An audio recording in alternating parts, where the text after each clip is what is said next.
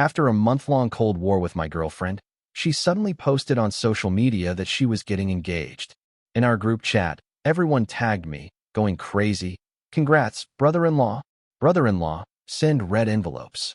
Just as the atmosphere was heating up, my girlfriend suddenly pulled a young guy into the group, saying, "Don't call him the wrong thing again. This is the real brother-in-law, everyone." Exactly 1 month into the Cold War with my girlfriend, Rose, she suddenly posted on social media about preparing for her engagement, along with a picture of a pair of engagement rings, the diamond quite large and sparkling. The group chat instantly exploded. Everyone tagged me, frantically urging me to send red envelopes. Rose then abruptly pulled a newcomer into the group. After the young guy entered the group, Rose directly tagged everyone. "Don't call him the wrong thing again. This is the real brother-in-law, everyone." The whole group, which had been lively, suddenly fell silent. I stared at the words on the screen, feeling both angry and amused. The young guy started greeting everyone in the group sweetly, one by one. Finally, he tagged me, saying in a mocking tone, "Brother, I'm still young. Please guide me in the future." I felt really uncomfortable, so I left the group and turned off my phone. Rose playing it big like this and making me lose face wasn't the first time. Before, every time we had a Cold War, I was always the one coaxing her. This time, I didn't know if she was doing it for real or deliberately trying to provoke me, but I really didn't have the mood to guess anymore. It's better to ignore it completely, out of sight, out of mind. Today was supposed to be my birthday, and now this happened. In my heart, I still felt a bit upset. I changed into a comfortable outfit and took a taxi to a newly opened bar in the city center. When I was slightly drunk, 2 women came to flirt with me. I squinted, looked, and shook my head to refuse, but these 2 women still wouldn't let go. They kept holding my hand tightly, not letting go. I was a little impatient, stood up, wanting to leave, but couldn't break free. Turning my head, I suddenly saw a familiar person in a dimly lit corner not far away. It was Grace, Rose's cousin, the youngest and most outstanding surgeon in City Hospital. She was drinking with a friend, not wearing a white coat but a white V-neck shirt and short black skirt. Wearing glasses, looking sideways, she was very beautiful. Her slender fingers, which usually held scalpels, were now holding a wine glass. Compared to her fingers, the hands of the 2 women became even more excessive. I got anxious and shouted towards Grace. "Cousin!" Grace didn't turn her head, but her friend glanced in my direction. Then, she winked at Grace suggestively, pointing towards me. Grace put down her wine glass and looked in the direction her friend was pointing. Her eyebrows slightly furrowed. I tried to pull my hand away, but still couldn't succeed. Seeing Grace still sitting still, I felt a bit wronged and called out pitifully, "Cousin!"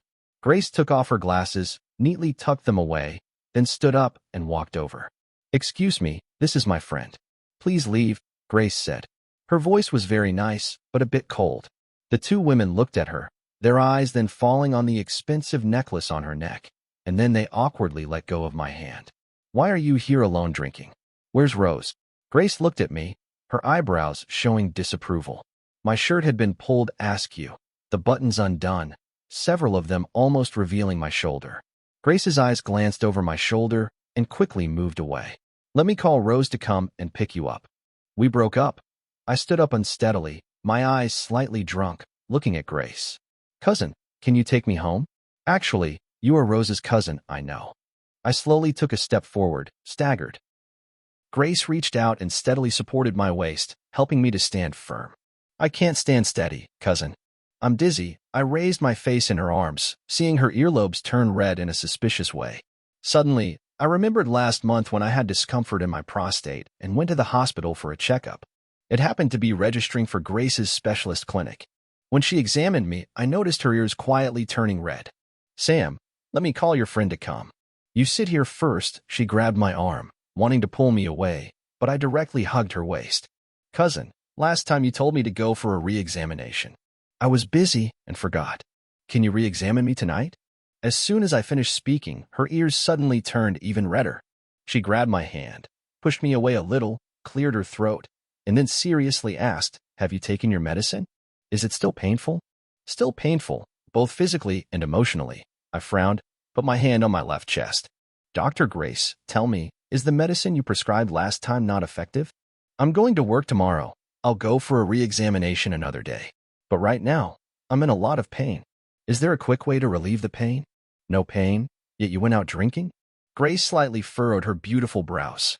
I looked at her with red eyes. Dr. Grace, today is my birthday. Rose publicly announced her engagement to another man. She looked down at me, not knowing if it was because I was drunk and hallucinating, but I seemed to see a hint of heartache in the depths of her eyes, very faint. Grace's car was very big and spacious. I sat in the back seat, holding a small birthday cake with a pink candle stuck on it that Grace had just bought for me. I made a wish, blew out the candle, and then boldly smeared a bit of cream on Grace's face. She was very clean, so she clearly frowned slightly, but didn't seem angry at all. That day before I went for my checkup, she was examining other patients, washing her hands again and again, 7 or 8 times. Her hands were very beautiful, slender and delicate. In my head, images not suitable for children involuntarily flashed, making my mouth a little dry. She turned her face towards me. I saw that cream spot on her beautiful face. It was particularly noticeable. I couldn't resist leaning closer, raised my face, and lightly opened my mouth to lick off the cream spot. The cream melted on the tip of my tongue, moist and warm. Sam, she called my name in a low voice, reaching out to firmly grasp my wrist. In the dimly lit car, her beautiful face was very close to mine. I saw a hint of uncontrollable confusion in her eyes, and the hand grasping my wrist was trembling. I even smelled the faint scent of disinfectant on her body, along with the rich aroma of alcohol. My whole body felt a bit dizzy. How could someone be so beautiful? In college, she was the famous campus belle. I, like other male students, secretly watched her study, tried every means to study with her. There was even a time in the library when I managed to get the seat opposite her. She studied very seriously, bowed her head to do her homework for 2 hours without any distraction. I just sat opposite her, secretly looking at her for 2 hours, and in the end, I don't know why, I fell asleep. The embarrassing thing was that when Grace left, she woke me up and gave me a tissue, telling me to wipe my drool. At that time, I was so ashamed that I wanted to dig a hole and bury myself immediately. After that, I didn't dare to appear in front of her again. The next time we met again, Rose and I had just confirmed our relationship. Yet, she was Rose's cousin, whom Rose respected and feared. I still remember when I met her at Rose's house, I was both surprised and happy, but from the moment she saw me, her face was very cold and distant. Rose at that time comforted me, saying her cousin was always like that, cold and taciturn. Sam, Grace grasped my wrist, suddenly pulled me closer. See clearly who I am. Have you seen clearly who I am? Think carefully before you answer. My mind was hazy, muddled thoughts. Right, Rose and I had broken up, so she was no longer any kind of cousin. Dr. Grace, I obediently corrected myself. Her grip tightened. I was almost pulled into her arms. She lowered her head, her nose almost touching mine. Grace, I avoided her gaze, stammering to answer. Is the cream delicious? She suddenly asked a strange question. Huh. I was surprised, widened my eyes, and before I could recover, she lowered her head and kissed me.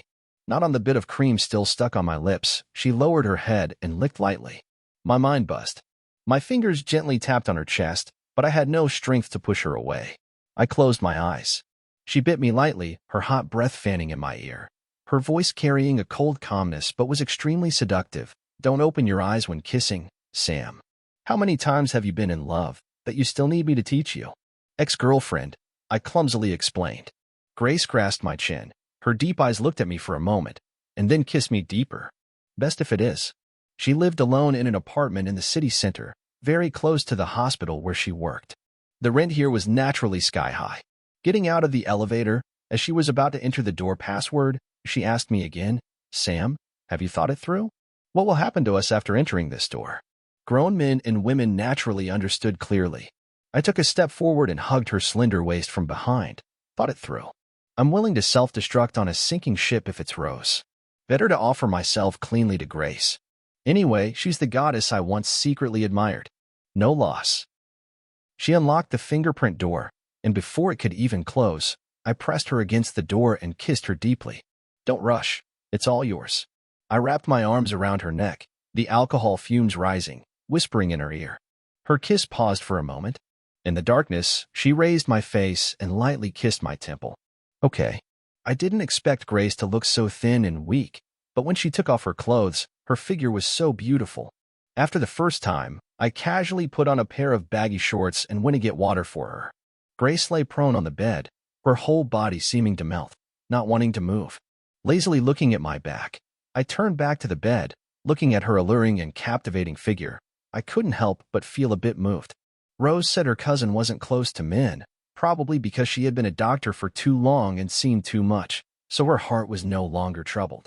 But they fundamentally didn't know Grace's true face and didn't know how seductive she was in bed. Wake up and drink some water. I brought the water cup to her. She didn't want to move, lazily acting spoiled. I have no strength. I smiled gently, coaxing her to wake up and drink water. I even wanted her to drink half a cup. She was still a bit unsatisfied. I raised my head, looking at her, my eyes a bit lustful. She was startled by my gaze, her whole body panicking. It's all for you. My voice was hoarse as I said a sentence, put down the water cup, and then bent down. The next morning, I woke up. Grace had already gone to work early. On the bedside table, there was a note. Breakfast is on the dining table outside. If it's cold, remember to reheat it. You don't need to go to work today. I've already applied for sick leave for you. Wait for me to come back and have dinner together. I stared at the note for a long time, feeling a stinging in my eyes. Hesitating for a moment, I finally tore the note to pieces and threw it into the trash. I quickly got up, showered, and got dressed. I didn't wait for Grace to come back, but left. Although I had secretly admired her in my youth, I never dared to dream of being with her. Moreover, Grace's family background and ability were all there. What kind of man couldn't she have? To me, it was probably just a whim, wanting to try it out. We met at noon. She made things clear. We would be awkward with each other. It was better to end it like this, as if nothing had ever happened. As soon as I got home, Rose called. I thought for a moment and still answered the phone. Even if we broke up, it was better to make things clear. Where are you? My mom told you to come home for dinner with us. Rose's voice was still the same as before, as if the public announcement and declaration of sovereignty with another man yesterday had never happened. I felt both amused and cold-hearted. Rose, I thought we broke up yesterday. My tone was very calm, but Rose, upon hearing this, got a little annoyed. Sam, don't you know I like to joke around? Yesterday was just a bit of fun, that's all. Rose said in a tone as if I was making a big deal out of nothing. Don't be so impatient. I'm almost downstairs at your place. Hurry up and get ready and come down. Rose, don't you understand what I'm saying? We broke up. Broke up? This childish game? I don't want to play with you anymore. Is it because I told everyone to call him brother-in-law that you're angry? Jay is just a colleague from my company, also my junior. There's nothing between us. Don't be so petty. I'm not interested in knowing these things, Rose. Don't contact me again in the future. Let's just leave it at that. After speaking, I was about to hang up, but Rose called me back, her voice very gloomy. Sam, are you trying to cross the river and tear down the bridge? My heart suddenly sank.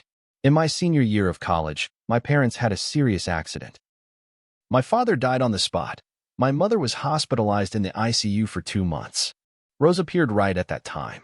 The huge hospital bills, the astronomical compensation, were all paid by her help.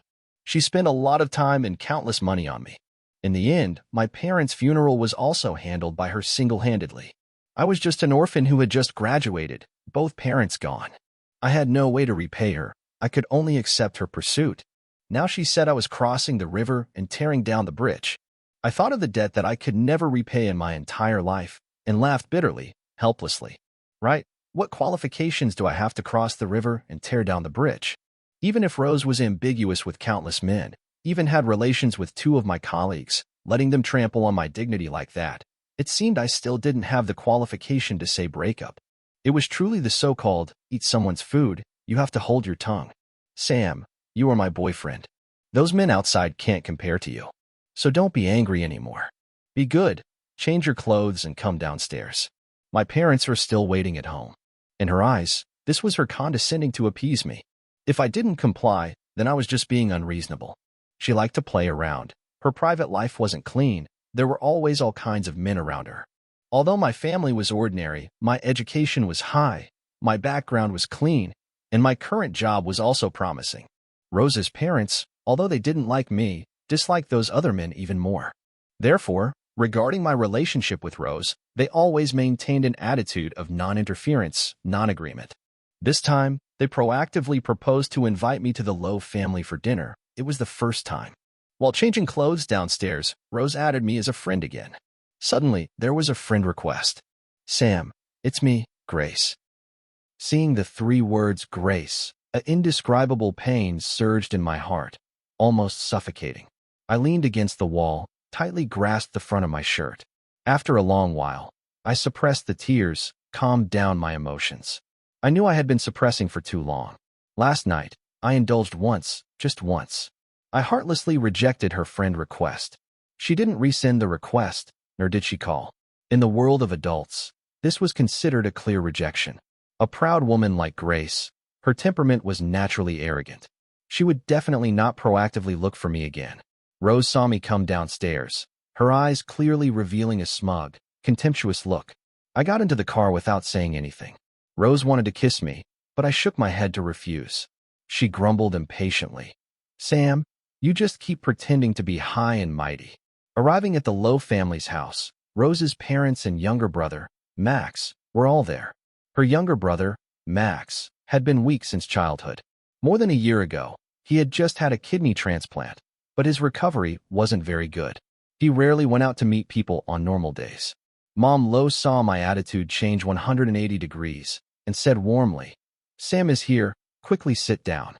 During the conversation, she even concernedly asked me, "Rose said you went for a health checkup last month? Is there anything wrong?" "It's okay, just a minor illness. No big problem."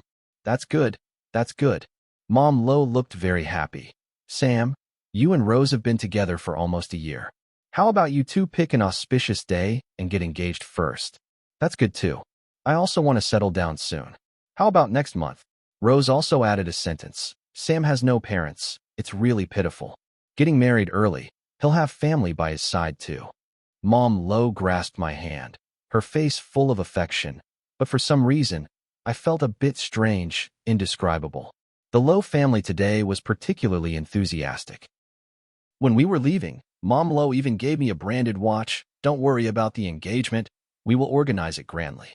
Sam, just wait with peace of mind." Getting into the car and leaving, I looked out the window, looking at the Lowe family elders laughing happily, and Max, weak and sickly, standing beside them, his face as white as paper. I suddenly felt a chill down my spine. After dropping me off at my residential complex, Rose drove away immediately. Getting out of the car, I heard her on the phone. It seemed to still be that young guy from yesterday, but I pretended not to hear it, dragging my tired body forward. Walking to the downstairs of my building, I saw Grace standing motionless under the shade of a tree, holding a phone. I was stunned, instinctively wanting to avoid her, but she directly called out my name. "Sam." "Dr. Grace." I had to stop. "Why didn't you wait for me to come back?" Her voice was a bit cold. My heart was sour and extremely painful. I tried to appear relaxed, forcing a laugh. "I was drunk last night, Dr. Grace. Let's pretend nothing happened, okay?" She looked at me, her eyes getting colder and colder, finally seeming to be able to freeze people. "Sam, are you so casual?" I endured the sourness in my heart and forced another laugh. "Dr. Grace, just take it as finding a bargain. Anyway, it was me who volunteered to offer myself." She frowned, seeming a bit annoyed. I avoided her gaze, lit a cigarette. Grace's face was still a bit cold, but when she looked at me, I clearly felt a hint of gentleness. I vaguely remembered last night on the bed, when she was whimpering softly. I was a bit flustered, comforting her.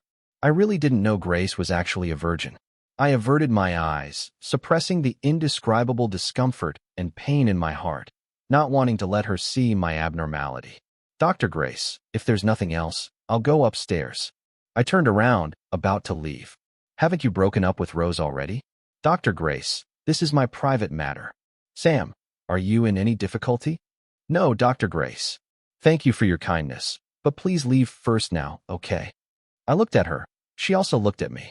The cigarette held between my fingers had accumulated a long section of ash. "Put it out." She reached out, her finger gently blocking my cigarette. The ash fell, disappearing in an instant, like the short-lived love between me and her. I was trapped on Rose's sinking ship, but I didn't even have the ability to survive. Grace might have a bit of goodwill towards me. But what was I relying on to ask her to help me repay my debt, dragging her into my chaotic life? Come up here. I turned around, telling myself, don't say any more. Don't turn your head back again. Tomorrow, remember to come for a re-examination. Grace's voice was very soft. Health is the most important thing. Don't let a small illness turn into a big one.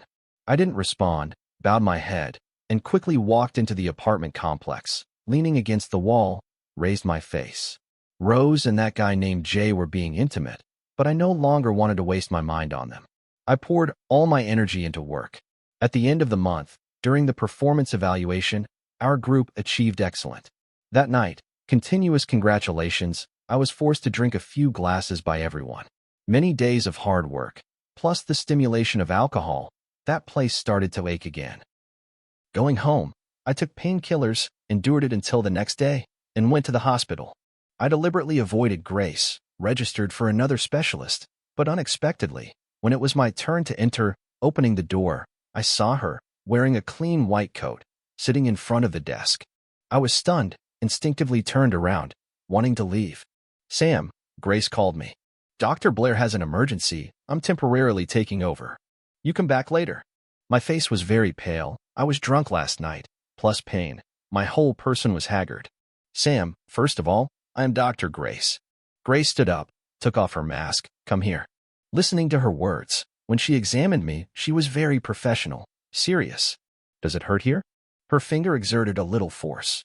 I winced in pain, frowned. Dr. Grace, it hurts. Grace's ears instantly turned red. She coughed lightly, hurriedly released her hand, averted her eyes. You have to take medicine and also combine with some physical therapy. No big problem, don't worry. She took out her pen and started writing a prescription. Don't stay up late, drink alcohol recently. Pay attention to rest. She finished writing the prescription, but didn't hand it to me. You wait a moment. I'll ask the nurse to get the medicine. You can go for physical therapy first. She looked at me once, put on a clean mask. The doctor on duty in the physical therapy room today is a female. It's not very convenient. So I'll do it for you. No need. We are all doctors. It's okay. It's not okay, Sam. I don't want others to see you like this.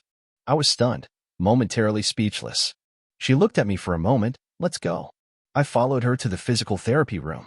When undressing and lying down, I was still a bit uncomfortable, turned my face away, closed my eyes. She was extremely professional. Relax, don't be nervous, it will be quick. Perhaps noticing my tension, my body stiffened. Her voice was very soft, very gentle.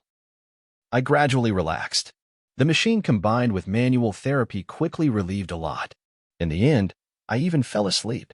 So I didn't know Grace had stood by the bed watching me for a long time. Then she gently bent down and kissed me once.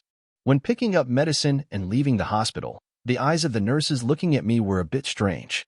The nurse handing me the medicine couldn't help but curiously ask me, "Are you Dr. Grace's boyfriend?" I shook my head, but our Dr. Grace has never treated male patients like this.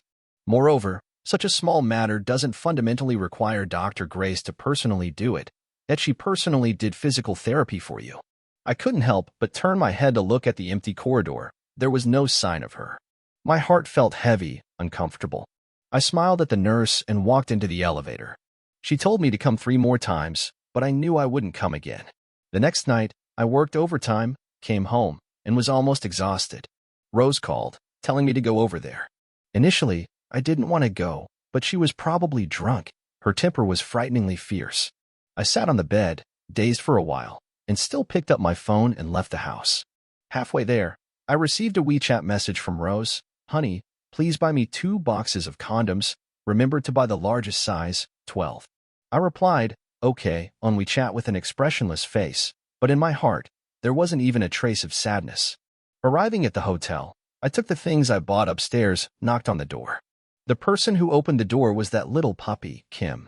I gave her the things and turned around, about to leave. Rose, leaning against the door, called me back. Sam, you little bastard, come back here for me. What's wrong? Don't be angry. She's probably embarrassed that you're here, so she didn't come in. I coldly looked at her acting. Embarrassed about what? Don't think I don't know. You fundamentally don't care how many men are by your side. Rose grabbed my arm, pulled me into the room, pretending to be innocent. What are you talking about? Wait until after the engagement. She roughly pushed me onto the sofa. I looked at her ugly face at this moment, thinking that she had probably just come down from the bed with Kim, thinking about how many men she had had this year. She was so filthy and disgusting. I felt nauseous, my stomach churning in waves. When she was about to touch me, I grabbed the ashtray next to me and smashed it on the coffee table. The ashtray shattered, my hand full of blood. Kim screamed in fear. Rose was clearly also very surprised, her eyes both angry and scared. Rose, either you wait until after the engagement, or now. One of us goes to the hospital, one goes to the police station. I sat up, my voice extremely calm. I also didn't know what I wanted to do, but anyway, prolong it for as long as possible. If I really couldn't avoid it, then Sam would accept his fate, take it as being bitten by a dog. Rose didn't know what she was worried about, but she staggered back 2 steps. I seized the opportunity, staggered, and ran out of the room, out of the hotel. I squatted by the roadside, vomiting violently. My right hand was bloody and mangled, blood flowing all over the ground. Just now, I hadn't felt any pain, but now I felt pain to the bone marrow. I struggled to stand up, hailed a taxi, and went to the nearest hospital. Arriving at the hospital, I realized this was where Grace worked.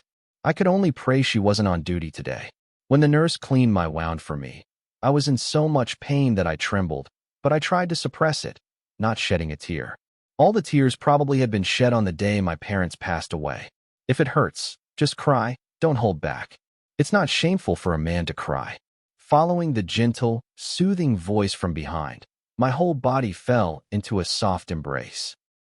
The faint scent of disinfectant mixed with a bit of faint fragrance. Besides that, only the pure, clean scent, very familiar, very reassuring.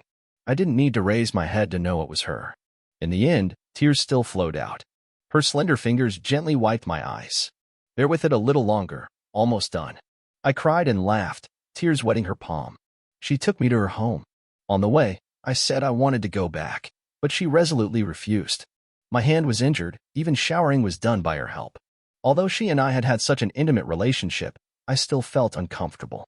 I can shower myself. If the wound gets wet, it will get infected. Be good, just for a bit. Just in the next room, if there's anything, call me. She stroked my hair, finished speaking, and was about to stand up and leave. Grace. I grabbed her sleeve. Can you stay with me for a while? I don't want to be alone. She looked at me for a long time, and finally agreed. Okay, I'll shower first. When she finished showering and came out, the fragrance on her body was very pleasant. I couldn't help but press close, using both hands and feet to hug her. She was careful with my injured arm, helplessly said, Sam, don't tease me. I didn't listen, buried my face in her chest, gently rubbed. Grace, do you remember the things in college? Remember a little. What? Do you remember there was a time in the library, the boy sitting opposite you looked at you for 2 hours, and in the end fell asleep? Very embarrassing, right? Not at all. Have you ever liked anyone? Never. I was stunned. A sour, uncomfortable feeling suddenly rose in my heart. He must be very handsome, very outstanding? Just an ordinary, good-looking boy. She stroked my hair, perhaps because she was talking about the person she liked. Her whole person revealed a gentleness that made people's hearts ache. Grace, tonight, let's not talk about him anymore. Okay? Okay. What do you want to talk about? Have you been with any other men? She grasped my chin, lowered her head, and kissed me. Sam, I'm not a casual person. Then why are you with me? But she had already kissed me. The next words I couldn't say, and naturally, she didn't answer that question either. I discovered she really liked to kiss my eyes, especially kissing my thin eyelids. I thought maybe it was because I had eyes very similar to the man she liked. My mind wandered, but my body was kissed into a daze, drowsy, about to fall asleep. In my daze, I finally seemed to hear Grace say something in my ear, but I was too tired to hear clearly. My wound almost healed on the 3rd day. At the last dinner together, I proposed to go back. Grace put down her fork. Sam, break up decisively with Rose. I shook my head. Grace, there are some things I can't tell you. The only thing I can say is, before Rose agrees to break up, I can't break up with her. What exactly do you owe her? I wanted to say, I owed her a lot of money, the huge hospital bills when my mother was in the ICU for 2 months, plus the huge compensation caused by the accident. Later, the doctor announced my parents were brain dead, could not be saved, and had donated my mother's healthy kidney to someone in need. I then knew my parents had both signed organ donation papers during their lifetime. At that time, I cried until I fainted. Everything in the hospital was handled by Rose. Please don't ask anymore. In short, if Rose doesn't agree to break up, I can't break up with her. I lowered my eyes, slowly stood up. Thank you very much for taking care of me these past few days, Dr. Grace. Finally, I looked at her with red eyes. Let's not meet again in the future. After speaking, I turned around and left the restaurant, changed clothes, put on shoes, and left. Grace didn't chase after me. This was the third time I had rejected her.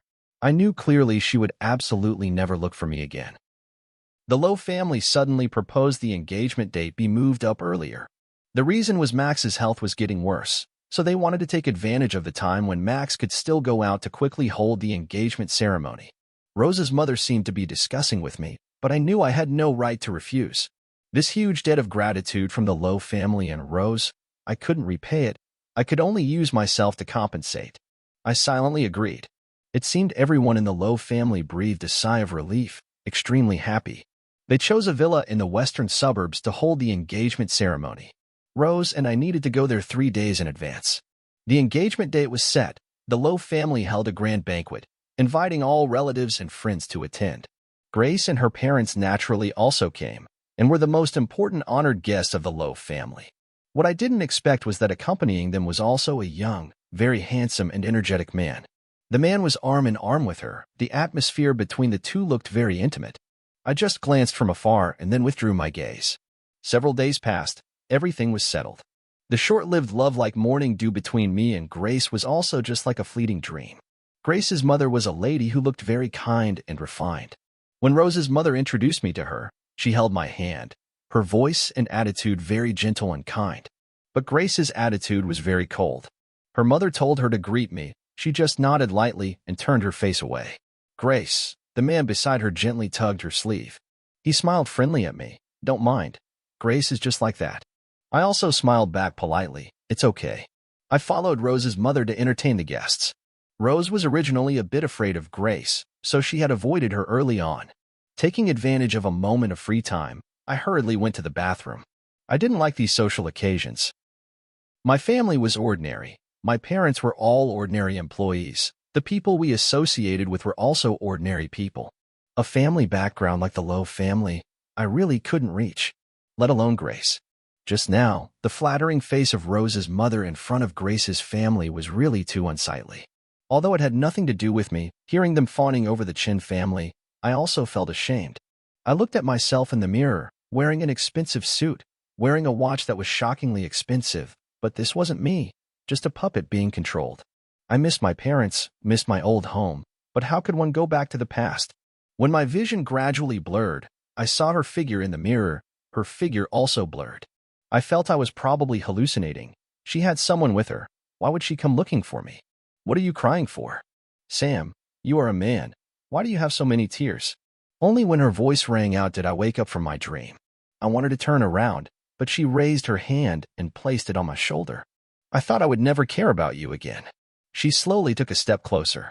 She was wearing high heels, just reaching my chin. She hugged me, just like that, raised her head little by little, and kissed my lips. But just now, you looked at me with such a wronged expression, it made my heart soften again. I didn't. There's nothing. You just came in. I saw your eyes were already red. My eyes aren't red. Haven't slept well these days, a little tired, that's all, I said, wanting to break free of her. Dr. Grace, please let go first. It's not good for others to see. We've already slept together. Now you're saying these words. Isn't it too late? Grace saw my face flushed red. Perhaps she really softened a bit. Actually let go of me. I hurriedly turned on the tap and washed my face. She leaned against the sink, playing with a lipstick, with no intention of leaving. You haven't left yet? I glanced at her, lowered my voice to ask. Why should I leave? It's you who should leave, Sam. Do you dare to go with me? She slowly straightened up, reached out her hand to me. Grace. I stared blankly at her, my eyes filled with disbelief. Sam, I'm only asking you this time. Do you dare to go with me?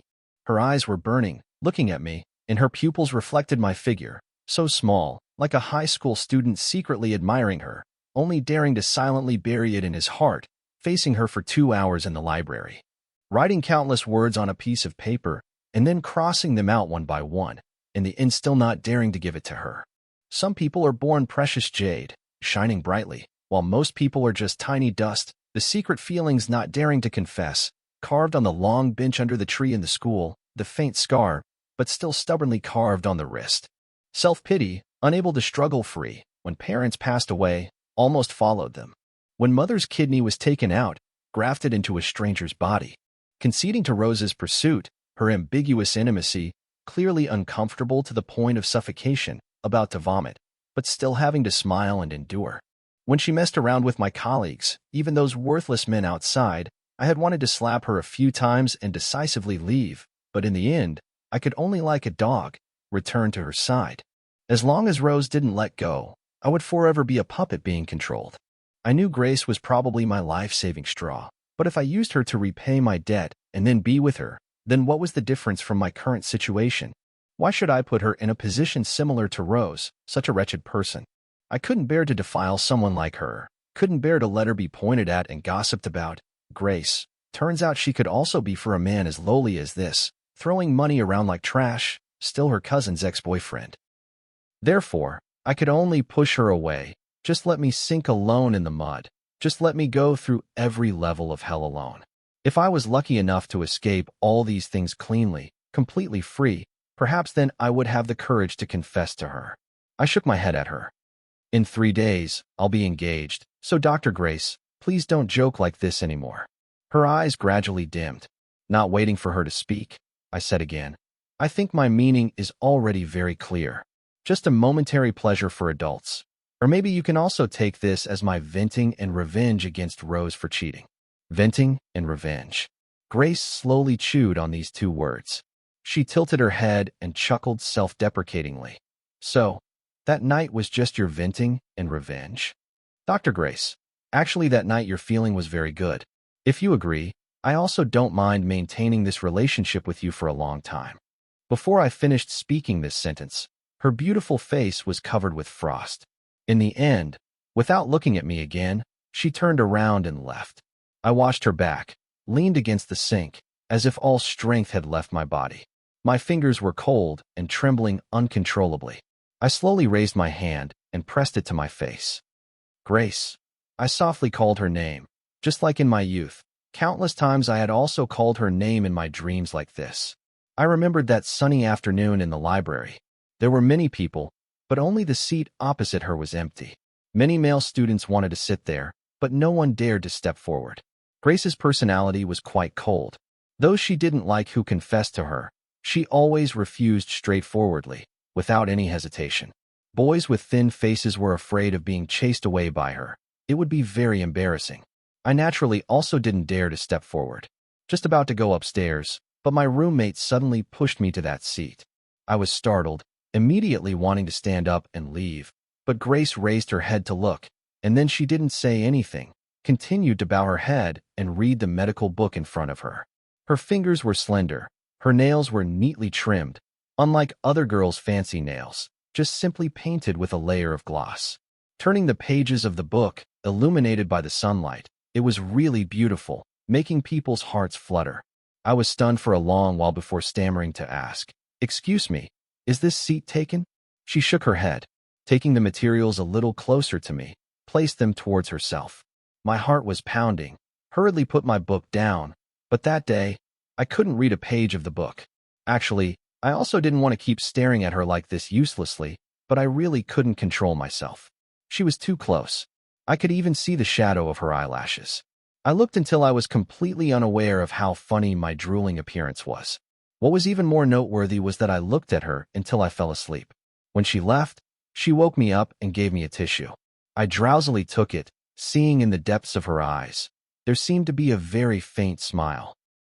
She pointed at the corner of my mouth, and then pointed at the book I was placing under my arm, her voice clear and gentle. "Wipe it." Even on the book. I touched my drool, my face instantly flushed red like iron exploding. After going back, I regretted it for a very, very long time. My whole person also became so depressed that I didn't dare to appear in front of her again. Later, she graduated. When she was taking graduation photos, My roommate and I passed by the stadium. Many male students wanted to take group photos with her for memory, but she refused them all. I bowed my head, pulled my roommate, and quickly left. Therefore, I didn't hear that sentence, "Sam, do you want to come over and take a photo with me?" The next time we met again was 3 years later. I was Rose's boyfriend, she was Rose's cousin. Actually, they were distant relatives, but the Lowe family wanted to cling to the Chin family, so they were very proactive, often visiting. That day, she just glanced at me initially, didn't say a word to me. The atmosphere at the dinner table, in the end, could even be considered awkward. I felt very embarrassed. Rose comforted me. My cousin is just like that. With a good family background, capable and beautiful, her personality is very arrogant. But I didn't think so. Her personality was indeed a bit cold, but she wasn't arrogant at all. Her grades were always top. She became the youngest surgical specialist at City Hospital at a young age. I had seen her examine patients, polite, gentle, very patient, without the slightest bit of arrogance. I had also been her patient. I knew clearly how good she was.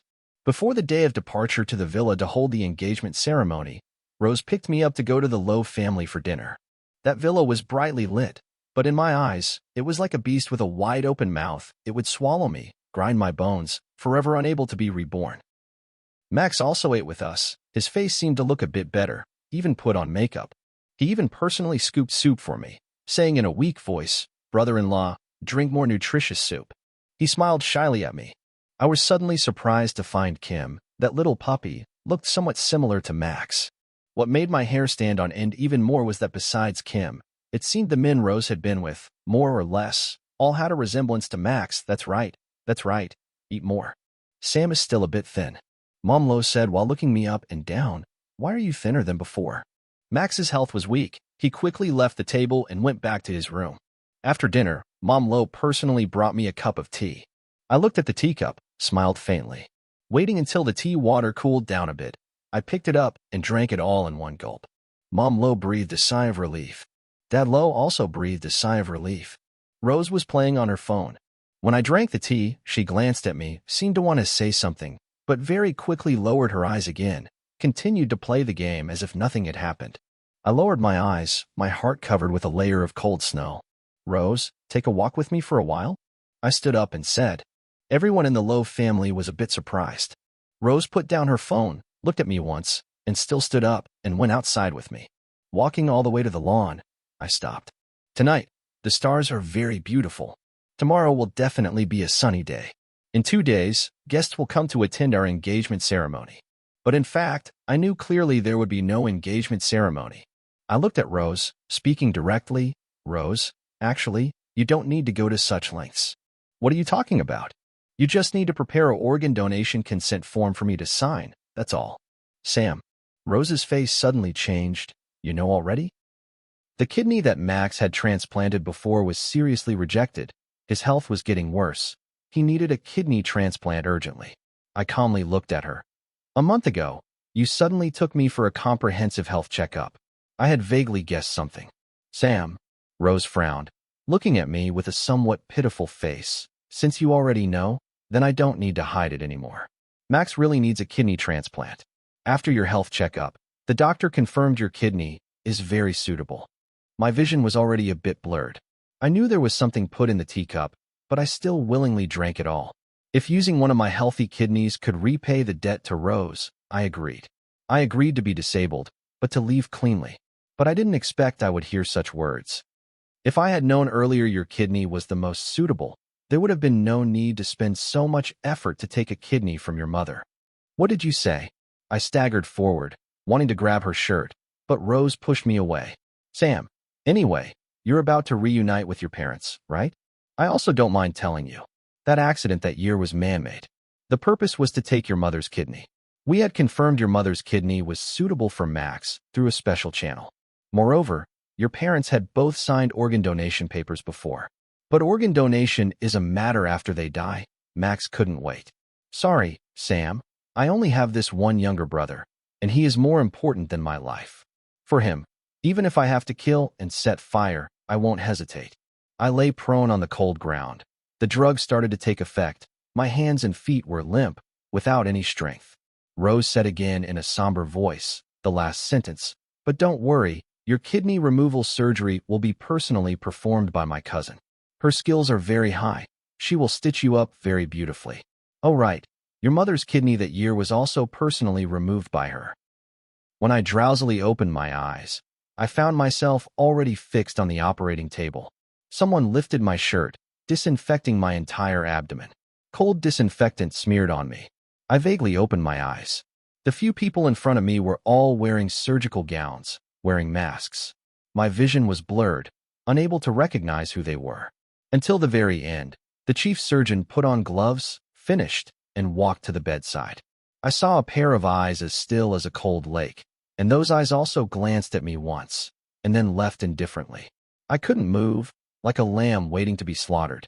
Initially, I was a little scared, but very quickly, my heart became calm. I recognized those eyes. They were very similar to Grace's, but not her. The doctor holding the scalpel gently cut open my flesh. Fresh blood instantly gushed out. The door of the operating room suddenly was violently kicked open. Everyone was startled, looking towards that direction. Many policemen rushed in, but I only saw her, Grace, wearing a very clean white shirt. I rarely saw anyone who could wear white so cleanly and purely.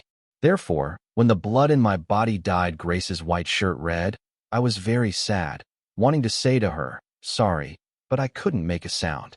Every inch, every nerve on my body seemed to no longer belong to me. I could only blink at her, saying a sentence inaudibly. Grace, I'm sorry. Grace's eyes were very red, red as if covered with a layer of blood. She pushed me out quickly. I could feel her grinding her teeth, the muscles on her cheek twitching. Sam, hold on. I won't let anything happen to you. She lowered her head to look at me, her voice trembling, but firm to the point of reassuring. I wanted to say, I'll be okay, they haven't had time to take my kidney yet. But feeling someone's concern like this, it was really too warm, too happy. I couldn't help but press my face to the back of her hand. No matter how Rose slandered Grace, even lied and said she was the surgeon who removed my mother's kidney, I had never believed it, not even half a word. I had seen her oath when entering the profession online, her eyes filled with tears, every word of the oath resounding and powerful. I knew immediately she would be the best, most responsible doctor in the world. She would not collude with people like Rose. She was Grace, pure and clean. I also had to be Sam, pure and clean. It's just I was still too naive. I thought one kidney could exchange for my freedom, but I didn't expect that the entire Lowe family had been involved in black market human organ trafficking for several years. Therefore, in just a few short years, they had accumulated huge wealth, and all of this started from when an aunt of Rose, in order to climb to a higher position, didn't hesitate to give a kidney to a wealthy person who was dying. From then on, Rose's aunt rose like a rocket. The entire Lowe family also followed suit and flourished. They seemed to have grasped the secret to getting rich. These years, these hands had been stained with fresh blood and human lives. Young and healthy organs were continuously provided to those who were dying but didn't want to die, those who held huge wealth. Perhaps they had done too much evil, so retribution had befallen their only son, Max, but also killed my innocent parents. This time, they wanted to repeat the old trick, because they worried a car accident would damage my organs, so in their plan was to first anesthetize me, then take all the healthy organs on my body, and then on the way to the villa, create a car accident, causing a fire to destroy the evidence. Naturally, they would do a good job of the aftermath. No one would discover their tricks. An orphan like me would just die tragically and silently. Others would just sigh, look, almost married into a wealthy family, but didn't have the fortune.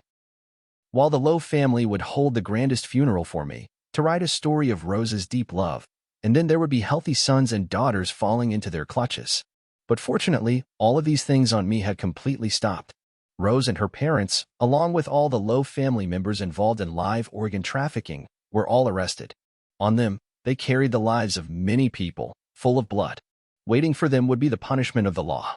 Rose's younger brother, Max, due to excessive fright, had a heart attack, kidney failure, and didn't survive the operating table. My mother's kidney transplant, naturally, was not performed by Grace. That doctor back then had been bought off by the Lowe family with a large sum of money.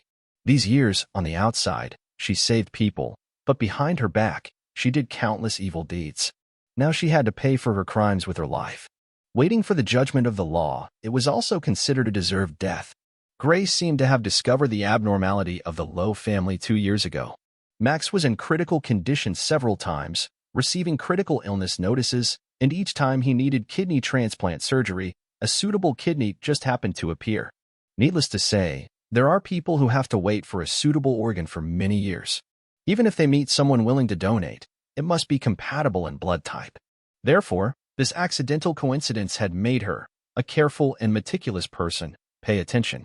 Until I had the incident that night, on the way to the Lowe family's house, I had sent a message to Grace, but after sending it, I deleted all the words. The final message was a blank message.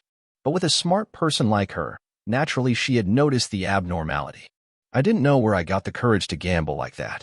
Grace afterwards was also very, very angry. She sat by my bed, seriously and carefully teaching me, bit by bit, "Sam, those who make money in this way are all unscrupulous villains. Do you know? Afterwards I checked the entire operating room, even checked their preparation process, and only then discovered that night they didn't only intend to take one of your kidneys, but wanted to take all the healthy organs on your body. If you do such stupid things again, not valuing your own safety, see how I deal with you." Clearly she was very angry, her emotions a bit out of control. I was indeed a bit scared, but now I was very safe. The woman I deeply loved was protecting me like a goddess. Grace. I grasped her hand. She didn't let me hold it, pursed her lips, and forcefully pulled her hand away. I persevered, brazenly continued to grasp her finger. She wanted to pull it away again. I immediately frowned. "Wound hurts. You lie still for me." She was startled, hurriedly helped me lie down again, and then lifted my shirt again to check the wound. I looked at her focused, careful, and distressed eyes. Sweetness surged in my heart. "Grace," I gently stroked her face. "Hug me, okay?" She looked at me once. I immediately pretended to look pitifully at her. She softened towards me, unable to continue being angry with me, and then reached out to hug me in her arms. "Cousin," I pressed my ear to her ear, softly called. "That day I went to the hospital for a checkup. Why did your ears turn red when you saw me?" Finishing speaking this sentence, I immediately discovered her earlobes turned red again. She wanted to avoid me, but I opened my mouth and lightly bit her ear once. "You are a surgeon. What haven't you seen? Did you see other men and your ears also turn red like this?" "Sam." Grace's breathing was a bit disordered. "You are still injured. Can you be a bit more well-behaved? Do you like me to be a bit more well-behaved?"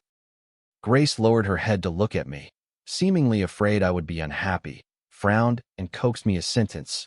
"You can be a little bit naughty, but only allowed to be like this in front of me." Seeing I was still not happy, she helplessly said, Okay, whatever makes you happy." This was the sentence Grace liked to say to me the most in the years that followed. Because I no longer had relatives in this world, she was very kind to me, doted on me, afraid I would suffer a bit, afraid I would be a bit unhappy. The day we confirmed our relationship, Grace very solemnly introduced me to her family and friends. I didn't know if it was a coincidence or what. When she introduced me to her younger siblings, she said a sentence that I was very familiar with. "In the future, when you meet Sam, don't call him randomly. He is your official brother-in-law." The man who accompanied Grace to the Lowe family's house for the banquet that day smiled and looked at us. "Brother-in-law, I knew Grace liked you." I was a bit shy, a bit surprised. Before, I had even doubted their relationship. That day, as soon as we entered, Grace's eyes had been glued to him. Chunwei smiled cheekily, reaching out to take my arm. "But brother-in-law is really very handsome. I also like him very much." I couldn't help but turn my head to look at her. Heaven was really very fair. What you have lost, someone will compensate you in another way one day in the future. "What are you looking at?" She reached out to touch my face, her eyes helpless but doting. "Looking until you are dazed? Why are you so beautiful?" I hugged her, couldn't help but sigh softly. This moment was like returning to my carefree student days. Grace looked at me, a look of hesitation in her eyes. "Someone so beautiful. In the future will be forever yours. Are you happy?" Of course I'm happy.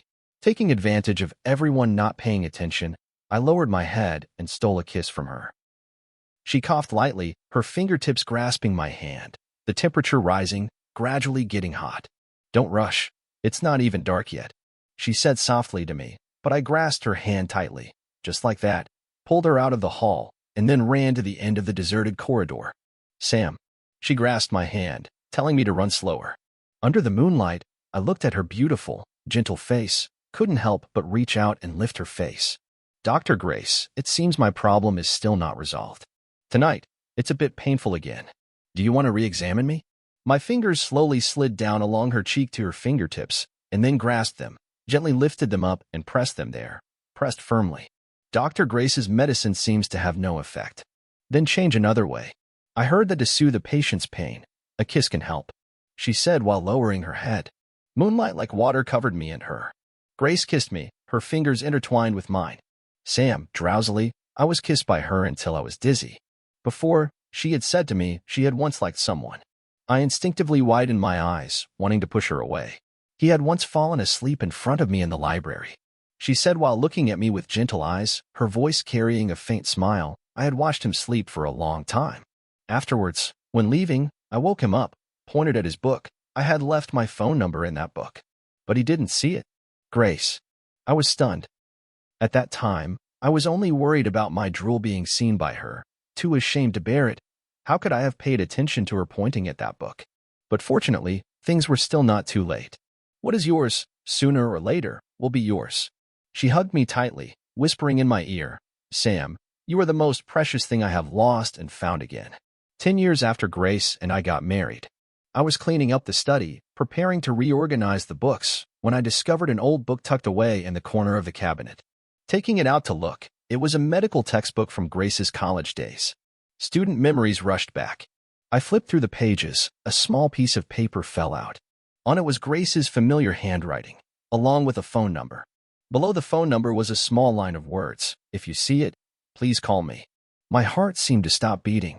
I remembered the words Grace had said that day at the villa. She said she had left her phone number in my book. So it was this book. It was this book. I stared blankly at the small piece of paper, my emotions mixed, indescribable. How many years had passed? I had thought I had missed the opportunity to be with her for a very long time. Turns out she had also liked me. She had also taken the initiative. But I, because of a bit of self-deprecation, a bit of cowardice, had missed Grace. Grace walked into the study, saw me holding the piece of paper. She smiled faintly. Found it. I slowly raised my head to look at her, my eyes a bit reproachful. Why didn't you tell me sooner? She walked over, gently hugged me.